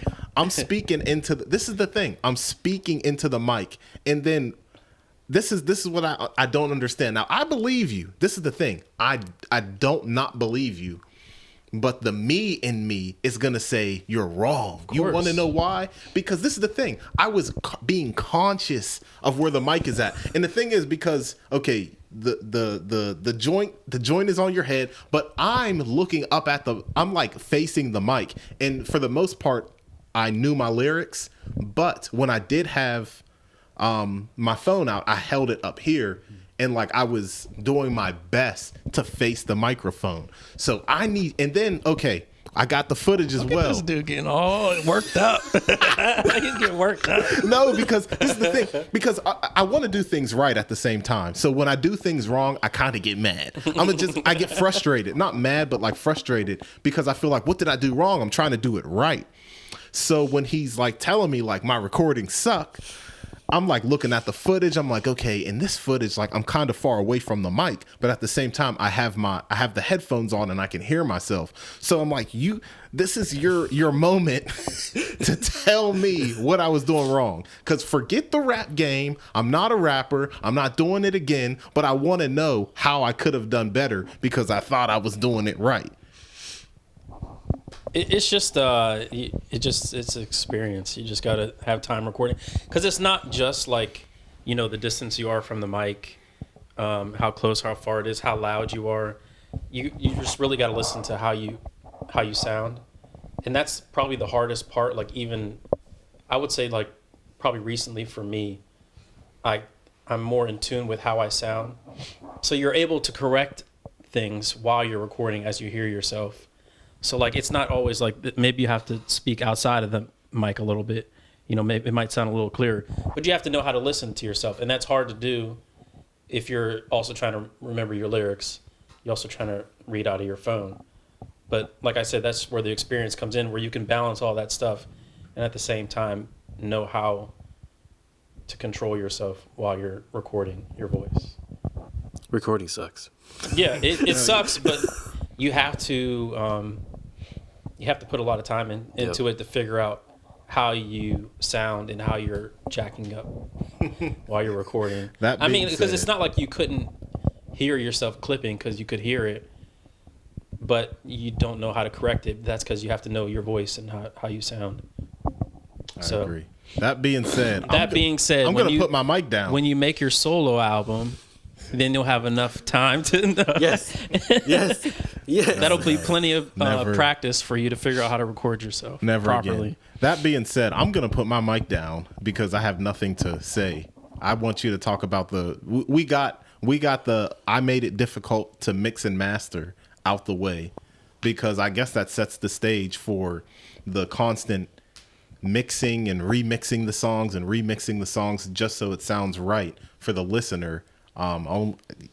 You have experience too, but I'm gonna put my mic down. This is all you. What am I supposed to talk about? He did that on purpose. Just talk about the mixing process and mastering, engineering. I mean, I had to do a lot of different versions of it because my ears weren't in the right mind state Your ears to were fatigued. engineer. Yeah. Because You know, wearing different hats as most musicians do. At least for me, I'm a little. So I can't. When it comes to making music, I have to be in a certain mode, and I stick in that mode. So like while we were making the album, I was in like songwriter mode or whatever. So I'm just, I'm at my best writing in that moment when I just focus on that. But if I'm in songwriter mode and somebody asks me to engineer their album, kind of could be a mistake because I'm not really thinking that way. So we come off the heels of making an album, and I'm not really in engineer mode, and I'm trying to mix these songs, and they all kept sounding like crap, at least to me. And then also, like, I'm sending you guys stuff, and then you guys are like, oh, yeah, that sounds good. And then I listen to it a little bit later, and I'm like, are these people trying to sabotage me? Like, these don't sound good. And so I had to, I was doubting my own abilities, so I had to relearn stuff. And then I was also making the mistake that I have made in the past where you start learning a bunch of new stuff, and you're like, oh, I want to try this and try that, instead of sticking with what you know and what's worked. And then so that I was actually sabotaging myself because I'm like, oh, I seen this engineer do this, so I'm going to do that. And meanwhile, I'm listening to like these new mixes compared to like my last album and the singles that I put out. And I'm like, this doesn't sound as good. What am I doing wrong? And it's like, I'm taking in too much information. And then I also wasn't just like trusting, excuse me, my ears that much. So yeah, it throughout the process of mixing and mastering the album, I was relearning how to do it pretty much from like as an infant. I was like an infant redoing this album. And then also I was putting pressure on myself, like, man, this has to be the best engineered album I've ever put out. And I will say I'm satisfied with the final product. No, he's not. oh, It's the best it could be in those circumstances. I even considered remastering it. nope. And I 2028. I actually remastered Half the done. good and bad and the ugly. But then I tried tweaking it again, and it's ended up sounding worse. So I just said, forget it. It is what it is. But yeah, there's several different versions. I sent them several different versions of the songs, the masters. There was like a few points where I was like, oh yeah, this is it. I'm done.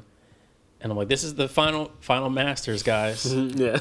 And then like a week later, I'm like, it doesn't sound right. I redid it again. This is the problem. I want to interject now. I'm picking my mic back up because he mentioned before he'd send us the songs, and I shouted him out for this at our listening party because he kept Tevin and myself involved. And I also said, even when I didn't want to be, because when he says, he's sending us the songs and we give him our feedback, unless it sounds like straight up crap, and my version of crap is different from his version of crap, I'm going to say, oh, this sounds good.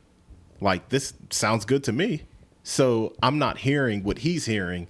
So in a sense, I'm like, in my mind, it's like, don't even send it to me, big dog, because I'm going to tell you it sounds good. Because it sounds good. It sounds like if I heard it on the radio, if I heard it in my, from my phone or whatever, this sounds professional to me. Mm-hmm. But he hears it a different way, and I'm thinking, why is he even sending me these songs? Like, because all I'm going to do is just say it sounds good, and not to say like I'm preconceived. This sounds good, but I cannot. My ear is not trained as an engineer, but I also want to give acknowledgement to because I know he's like, it'll just sound the same to me. Like, I might notice like something small that doesn't make a huge difference to me. So what am I going to say? Sounds good. Like, so in his eyes, something sounds bad. I don't see it. he's like, oh, this master is weak. This master is whack. It doesn't do this. It doesn't do that in the car. It doesn't do this. Woo woo woo. I'm like, dog, are you weird? Like this sounds. I'm like, this sounds great. But yeah. So yeah, that's all I wanted to add. I get it because. Well, you're sending it to us, and like, I mean, I feel bad because I didn't have a lot of input all the time either. I did a little bit, but I'm basically not even born yet when it comes to mixing and mastering. When you're talking about being an infant learning again, because like I'm not the greatest at it. Also, mainly because what I always mix and master is like the most simplest of beats, like because I make like basically melody, bass, drums. You're done. It's pretty easy, but. So, like, you did a lot of work, and, like, it makes sense that you had so many versions because, there's a lot at stake for yourself. And, like, I wish I could have added more, but so, like, whenever you sent them, I'm like, yeah, it's good. Or there's this weird little clip here I heard. Because I'd be listening to them when I'm walking the dogs with my headphones. That's when I would test all the mixes on my headphones and then the car to work. But it was a team effort, but more so it was basically just all Samson. Yeah. Because there came know what you wanted to hear. There came a certain point where it was like, all right, I guess I'm on my own here. I'm trying to make sure that these sound good because, like Quentin said, it sounded okay to him. Tevin gave his feedback every so often, and there was times where I didn't hear nothing back from Tevin.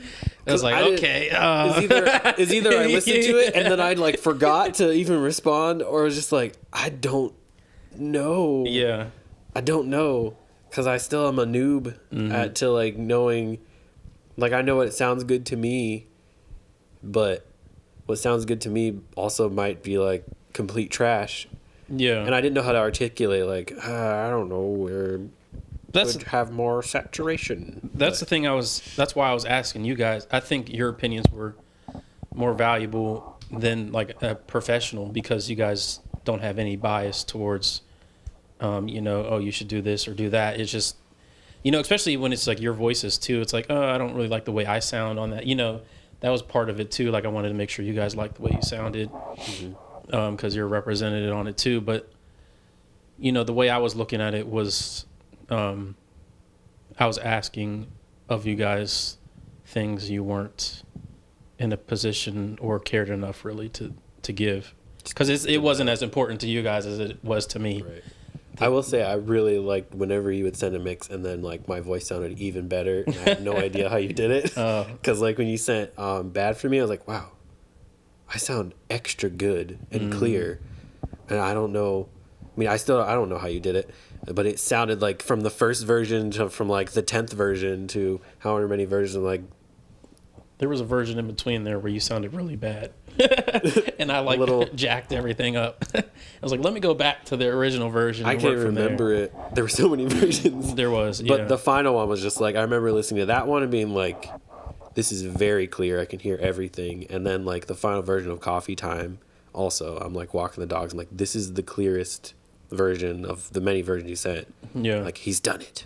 Which then I was afraid, like, oh, he's done it, that he'll come back and be like, I've not done it. Yeah. I will say, even though I will say I'm happy with the engineering on it, but it is the best version of it out of all the ones that I made. What's out there is the best version of what I came up with. And I just, just to take it as a lesson for the next project I work on, to think of things a little differently. Just stick with what you know and use that. And if you want to learn new stuff, and the thing they always practice first. Yeah. The thing that they always say is like, you shouldn't like mix and master your own music because you're listening to it differently. That's true. Which is very true. And I thought I could get away with it with this album because I'm like, I'm not even on this the whole time. Like, it's not even really my music. Like the stuff that I've done for engineering for other people's albums, I'm like, man, that stuff sounds really good. Like I don't even see it as me, when I listen back to like, Tyler stuff or Jayla stuff or, other stuff I've done for people. And I'm like really proud of that stuff. And I'm like, why can't I do that for my own stuff? But I'm looking at it from the inception of it, Yeah. not from the outside looking in. That is a hard one too, because also it costs money when you want someone to do Yeah, it. and I'm like, I'm not paying nobody to mix my stuff because they're not going to do it the way I want it. So I'll just suffer through doing 100 versions until I get something that I'm happy with. Can I pop my stuff? Because I feel like we're nearing the end. We lost 2 cameras. I don't know how much time we have left on that one, but there was one thing that you guys said that I wanted to mention about the songs. Now, we didn't specifically break down the songs. We talked about the creation of them, but when you listen to these songs, and I'm about to pop it now, in behalf of the guys, pause, you're gonna hear things that were not created in the studio, in our studio sessions. You're going to hear strings. You're going to hear strings on multiple songs. I don't know what else he paid for. He paid for, and this is the difference. This is the thing. I realize our music is different from everybody else's, but I take pride in being a part of the music, but I am not the visionary behind the music. It's different. So when this cat here goes out and hires somebody to play the cello, violin, orchestra, here's something y'all don't know. Here we go. This cat ordered a choir for Diamond Dame. What? Yeah. She's still in there a little bit. She is? Yeah, tucked in, but she kind of flopped a little bit. He ordered a choir. He's like Diamond Dame is missing something, which I agreed. I'm like, honestly, I felt like the song was boring.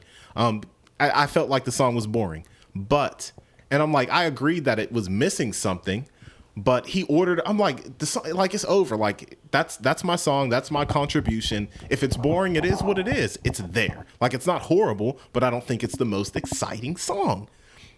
Dude gets a choir and then doesn't use it like that. Understandably so. I thought the women or woman who did it was good, but like I get why he didn't use it.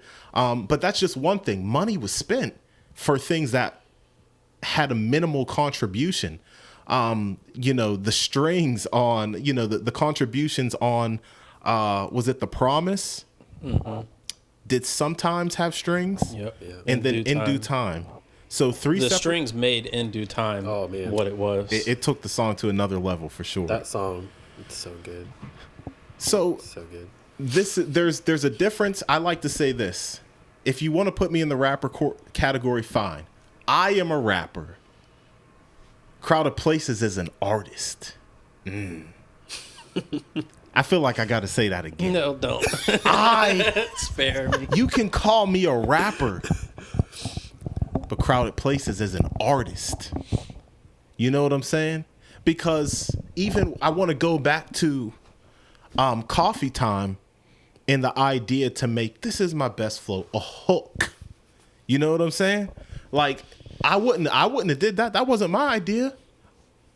I never recorded a hook in my dang life. So I'm not a hook maker, and that's also a difference. Because there's, like I say, I attack you rappers all the time. You can be the best rapper in the world. Nobody wants to listen to you because you don't got no banging hook. And if you left it up to me to write Coffee Time, maybe I would have wrote a banging hook, but it would have been on accident, like the whole Best Flow, EXO, all that other crap. The ability to get the strings, to have an idea of what you want on the song, to give the person who might be across the country or across the world direction to have strings on their song. That's something else. When he heard In Due Time, the beat, shout out to that T+ on the production, that had him so excited. I'm like, okay, I can listen to this, but I can't rap on it. He turned a beat that I didn't think that I could even rap on. I had a small part. I'm like, I couldn't even see what Samson could do to the song. I'm like, what do you like? That song changed a lot too. It did. Yeah. From what I did, like I feel like I had a very small part. It just made like the little bass line, and then it was like, huge. The most produced, craziest song that I've ever been a part of. You were the skeleton. And your outro on that, so I love your outro at the end of that so much. That song is so good. You were the skeleton. For this segment, we're going to call you the skeleton because you kept, your production gave that song, some limbs to stand on. So I just want to give you guys props because I feel like I played the smallest part in the sense of just rapping. Like there's, everything except The Promise and then the one thing that was co-produced by 3-0 is all you guys. Yeah. Well, It's we got to give different. you your props too. Forget all that. No, because you, I remember we were in our group chat. You're like, okay, I'm going to send you guys demos for my songs. And he sent us like, I don't know, 3 or 4 songs. You had all your verses done within like a couple weeks. Before we even hit the studio, you had all your stuff written. All your stuff was written. I think you made came up. I don't even know if you wrote anything in the Airbnbs. Did you? I did. Like a lot of times I'll have the majority of the verses written, but not like the ending part. So you were well prepared. I think, because you had all your verses done. I recorded a lot of my stuff ahead of time, and Tevin was writing in the Airbnb. So like you were well prepared, and you were knocking your stuff out. So you got to give yourself your props. You took it very seriously. For somebody who's not this dude, he keeps saying he's not a rapper, but like for somebody who is not a rapper, you surely got pretty inspired to be writing a bunch of verses really quickly.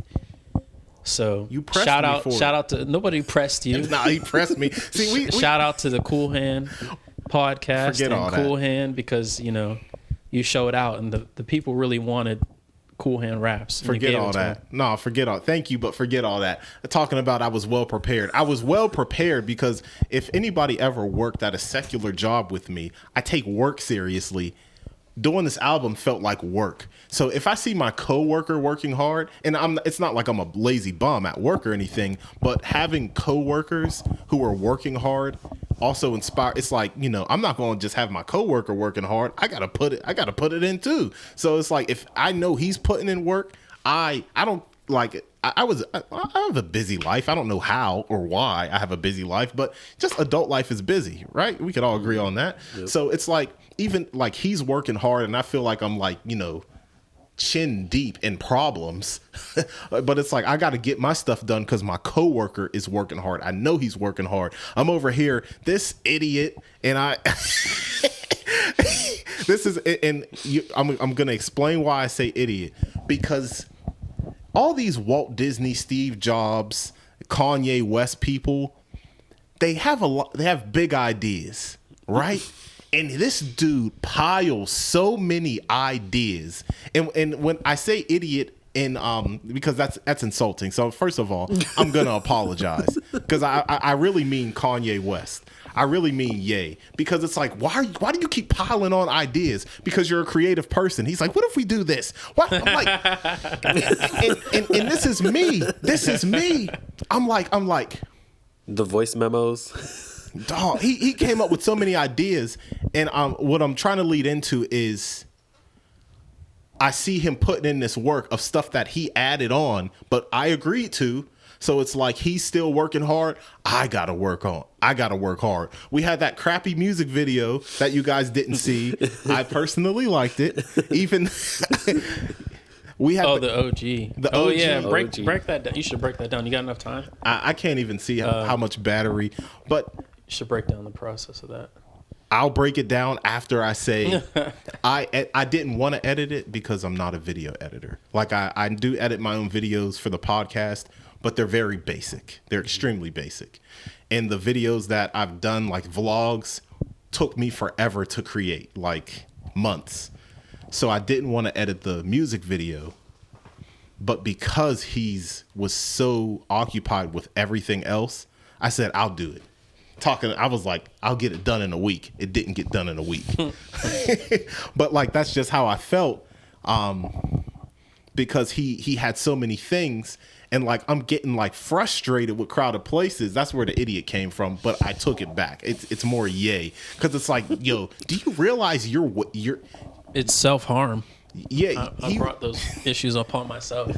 But I felt bad for you. It's like I shouldn't feel bad, but at the same time, I agreed to them. It's like, so you take responsibility because I agreed to it. So it's like, you could have just said, no, don't do it. I'm not participating. He probably would have did it anyway. but I agreed to it, so I'm going to try to help out. That being said, we had a music video. We lost the concept. The concept was pretty good, but it got lost. It's hard making a music video. I never did it before. Oh, yeah, we did it with a potato, too. Yeah, I never did it before either. That was a process. That took all day. Yeah. And we recorded on a potato intentionally for the look aesthetic. Is that what we? And our hard work didn't go to waste. I edited it. I worked with what we had, and also the files. Like when I loaded that into my video editing software, as soon as I edited all those clips, these little boxes at the bottom right corner said error, error, error, error, error. They just kept stacking up. Oh no. Like error, error, error. There was something about the video file, because it was an old recording device, that allowed us to have that, a certain look to the videos. It just didn't like the old thing, and I kept getting errors throughout the whole time. Every time it played, error, error, error, error, error, error. It was crazy. And so it looked bad. Like, it took me forever to do. And the video didn't sync up, like the lyrics with, like, everything was going wrong with this video. And it almost got scrapped. And everybody touched it. Everybody ended up like, you guys, I don't want to speak for you guys, but I just threw a filter on it. That's all I did. Just a free filter. I sent it to you as a joke, though. I'm like, haha, look at this. And then it sort of worked. Mm-hmm. Yeah, I think that was probably the most collaborated part of the entire album was the video. Like, we all had a hand. You edited it. Tevin did the filter, and I did the lyrics. I basically did. And the little animations. No, because I mean, it was even if it was whatever you say, it was still like a big point of it, because that's what made me have the idea to do a lyric video, because the background was white, so it was still like a major part of it. I thought you paid someone to do the lyrics on there. That you were wasn't talking easy. about it, and then you said you did. I'm like, man, that must have taken forever, because I that's think it was hard. like 2 days or something. It was Yeah. actually a lot easier than I thought it would have been, because I took the most laziest way of doing it. Because I'm like, this video is already cheesy, so I want to like really embrace the cheesiness and not try to make it like super cool. Yeah. And I just wanted to play into like the cheesy aspect of it. So I was like, oh, that's great. I don't have to put that much effort into getting these lyrics down here. So, the animations are very easy to do as well. And I just typed in the lyrics. That's it. It's harder than he described it. No, it's not. Maybe I am slow, because it seems like we use the same video. If I would have did it the right way, it would have been harder. But I think the mindset we had was a little different. It was like, well, like, we wanted it to work. We knew it was cheesy. So when you embraced how cheesy it was, that it's easy to make something cheesy sometimes when it's already cheesy. And so, I was having fun doing it too. Yeah. It was a lot of fun doing So the lyrics to that. It came out a lot better. But also the end sequence. I'm so glad that Oh was... yeah. I like to just rewatch that sometimes, because it was... That made me mad. That was hard to do. That was actually difficult to do. Number one, because it was filmed horribly. I didn't know there was so much light coming through, so it was way overexposed. And this can go to you calling me an idiot. I rented a camera, right? I was the actually going coolest to take gimbal that. ever. No. I was going to take the idiot part out. I actually felt genuinely bad about that. No, this is how I'm an idiot, because I rent a camera, I don't know how to use it, and we use it for this video, and tensions were high while we were filming the video, because we were tired, ideas weren't coming out right, Tevin was hungry, and then I had to change the scenery around to get things to work, and I didn't really think things through all the way, so we had to figure out how to move the camera and all this stuff. Anyways, I rented a camera, and it's actually a very good camera. It's the same camera they filmed the movie The Creator on, and it looks amazing. Like the cinematography in that movie is amazing. I get a hold of this camera that I've never seen before, and it's overexposed. Every single highlight in the shot is blown out. So I'm editing this, and I didn't know that until I started. We finished the video, and I started editing it, and I'm like, this footage is useless. Like I can't even do anything with it. Like I tried to fix the colors and everything. It was horrible. So that's why it's black and white. If anybody wants to know, that was the only way to make it look decent, because otherwise on purpose. it was because it looked like crap. And I'm like, what a waste of money. And it was just being stupid. My ideas got ahead of me, and I didn't think it through.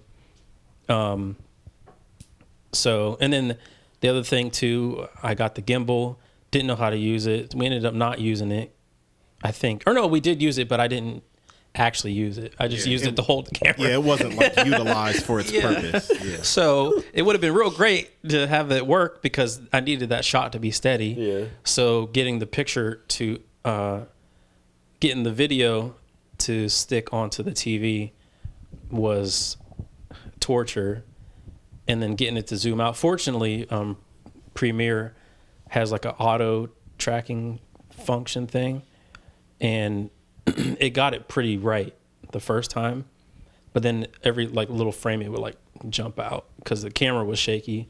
So I would try to fix it, and then I went back and tried to do it again. I tried to do the auto thing again to see if and it got worse. So I was like, all right, I'll just stick with the first one and just tweak it a little bit. And then even if you watch it, you can still see it's a little jumbly at some points, but you don't really think about it because the camera's shaky. So it kind of like adds to that. But yeah, that last scene was, at that point I was like, I was ready to scrap the video. When I first saw that footage, I'm like, what a waste. That would be disheartening for sure. Yeah. But like, it was just like, you got a camera, you hadn't had time to mess with it, hadn't had time to mess with the gimbal. We had already like recorded the other stuff like all day, and it was super hot.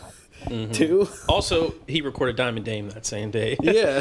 That was a long day. So, a long day. And then trying to like, okay, let me use this super highly technical piece of equipment and record the scene exactly how I envision it is probably not going to work, but it worked out. Yeah. Like when I saw it, I was like, this is amazing. You would never know that there was any issues. Yeah. I'm very proud of it. Because you said the filming was so too much exposure, right? Mm-hmm. But like the way it looked with the black and white looks like every like black and white movie where they had so much exposure. So I was like, this looks on purpose. Mm-hmm. So like that's cool. Looked great. I'll like rewatch it sometimes, just because it's so cool how you're like the song hits and everything. Like, yeah, it was a good lesson for me in learning to. Let things be what they are, and not like, sometimes you got to let go of your ideas and just accept things. It's like so that was one of those things. It's like letting a song go. That's what I always say. Sometimes you just gotta let it go. Mm-hmm. Let it go into the world, unless it's really bad. But if you've done your best, even though it could be better, there's a certain point where you just gotta let it go. Someone's gonna be like, this is amazing. Yeah. Or eventually, after you don't listen to it for like 2 months, you're like, oh, the song's pretty good. Mm-hmm. Or this video's pretty good. That's like the album. I was kind of sick of it until the day it came out, and I'm like, oh, this is good. I refrained from listening to it for a while, like until it came out, so it was a little fresh. Mm-hmm. When it came out, I still listen to it. Like I would just play it. Like the first day it came out, I was playing it over and over again because I never put it in my iTunes and added it. So I was like listening to it from the Google Drive where you have to, scroll to the next song. So to hear the songs, one after another, let me play this back. Let me, without having, to do anything. I was really proud of it when it came out. How do you guys, I guess the last thing we could do is, how do you guys feel about the reception? I'm pretty happy. Yeah. I wasn't expecting. Not that it's not like I don't think it's good, but like when I put stuff out, I have like reception was not like this like where people like it. We have a lot of playlist accepted them. Like that's hard to do. Yeah. And like because for me, I just put music out because really it's just for myself, and I'm like, yay, now I can listen to it in an organized platform for myself. But also it's just cool that people like it. People send me direct messages of like, oh, this is really cool, and I got like I'm not trying to toot my own horn, but people are asking me to do like make music with them. Yeah. And I'm like okay. Right. Yeah. I'm like, it wasn't all me, by the way. But still, you know, it brought a look to you, you know? Yeah. It's interesting. But I like how the reception is pretty cool. Yeah. Yeah. And that's the thing. You people see the hard work and they appreciate, you know, the level of quality and care that was put into it by everybody. I think for me, the listening party really gave me the perspective, seeing people, how they react to the songs. That was really cool for me. Like I felt like, okay, mission accomplished, seeing it. Cause I feel like, I don't know for you guys, but for me, I thought about this album more so about like for the people and less about for me. You know what I mean? Like my last album was like, I made that album for me. This album, my intentions more so was like, I want to make sure everybody has something that they can appreciate from it, and I feel like we did that. There's Especially, oh, go ahead. Well, I was saying there's definitely a song for everyone sort of on there. Yeah. Because they're not all the same. Mm-hmm. So everyone has one that they can sort of relate to. Like my cousin texted me, just like all of his thoughts on it, and the one thing he said was because he really liked it, and I was surprised because not everybody does that for like anything I put out, and I don't expect it, but like he sort of just was like he could tell we all had our own perspective. That's what he said, and that he could relate to it, which was really cool because I'm like, I was like, I was at work and I'm just sitting there. I'm like, wow, we really made something cool. And I didn't think it was going to turn out that way. And that's more than I could ever hope for it, like that someone would just like understand and it would like affect them that way. And they would see that we were trying to give our own perspective, and we did. Yeah. We were true to ourselves, which is really cool. Yeah, that was one of the another main thing for me too, was like everybody has to represent themselves as themselves, you know?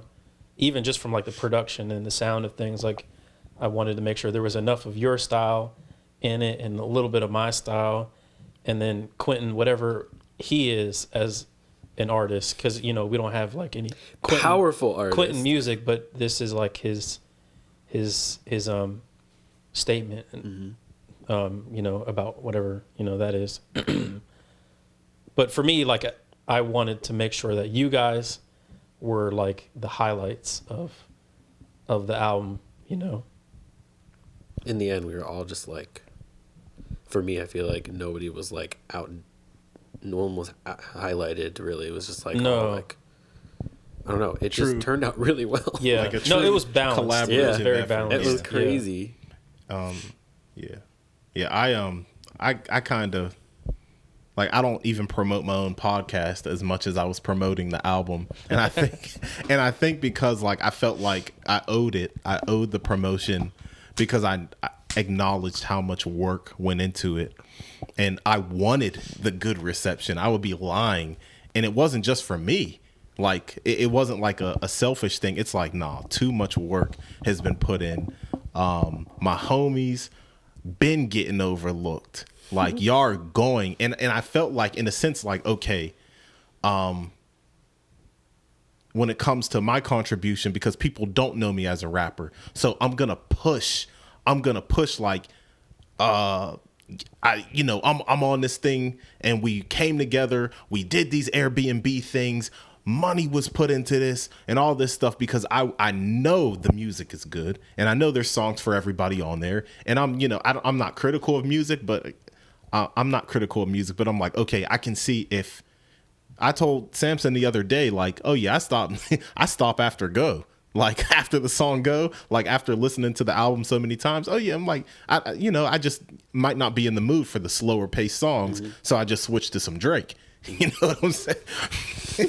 So, but my point isn't saying like, my point isn't saying that this isn't a listenable album, but my point is saying like, I'm aware that not everybody will like every single song, Right, yeah. but there's a song for everybody on here if you just give it a chance. I wanted people to give it a chance. That's all. Like, I desperately wanted people to give it a chance because I'm like, there's no way we did all this for nothing. Y'all are gonna listen to this music, and if you give it a chance, I believe you'll like it. Like, I believe you'll like it. You may not, you don't have to love it, but you got to give it up. All I wanted was a couple people to give it up and say, you know what, you guys did a good job. And the thing is, I take pride in being on this album because, like I said, I'm just the rapper. Like, I didn't come up with a bunch of different concepts. I didn't get no strings. I didn't produce jack. Like, I didn't do none of that. So I take pride. Like, there's a real pride. I'm like, I'm like the little kid just happy to be on the ride at this point. I'm just happy to be along, with the cool kids, because like not everybody, there's a lot of people who just rap just like me, but they're on some crappy SoundCloud production. They're getting type beats off of YouTube. I have the privilege. I'm just, am I keeping it real or what? Keep going.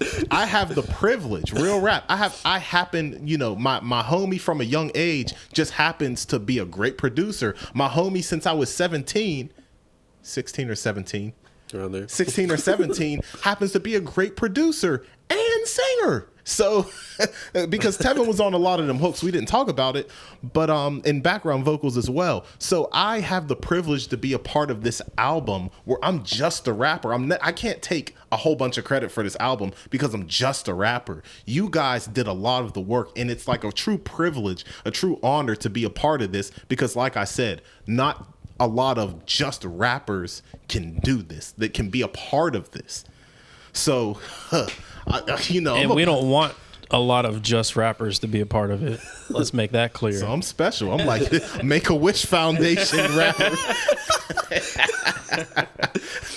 No, I'm really happy that you're on it because I've always liked what you do. So even when we were kids and we recorded that stuff, I was like, oh, Q's got a cool voice because I got a little squeaky voice. But no, I'm happy that you're on it. I'm honored that you were on it. I'm happy we made it together. Yeah. And it turned out really well. I wouldn't have it any other way. It was a great experience. So next year? Yeah, Oh, heck no. In due time, part 2. Oh, man. 30 songs. Y'all got it. This time it's you, Samson, and Tyler. I'm out. No, you're in. We'll make our psychedelic folk hip hop. I'll be into that. Any last words? Are we done here? Shout out to music. Do you guys feel like you accomplished everything you wanted to on this project? I feel like I did. Sure. Because I made beats and I actually wrote lyrics, which is not beats, I like making beats, but lyrics is not my strong suit. And it sort of helped boost me to be like, I want to keep doing it. So that was cool. So it just kind of pumped me up to keep making more stuff with vocals and lyrics. Yeah, I always wondered that about you guys because when I make stuff, I always have the mindset of I want to work on a specific thing to be better at that. And you touched on your lyrics. I don't know if you thought about that way with it, as far as like, oh, I want to make sure I do this or convey myself this way. I'm going to guess probably not because you just wanted to get it over with. I think no. Like at the end of the day, deep down, it's like, okay, y'all are going to respect my pen. Like okay. in the sense But like I didn't go in saying I want people to respect my pen. I just know this is the only time people are going to hear me rap. So, come correct. Yeah. Cool. Yeah. What about you? I feel good. Me?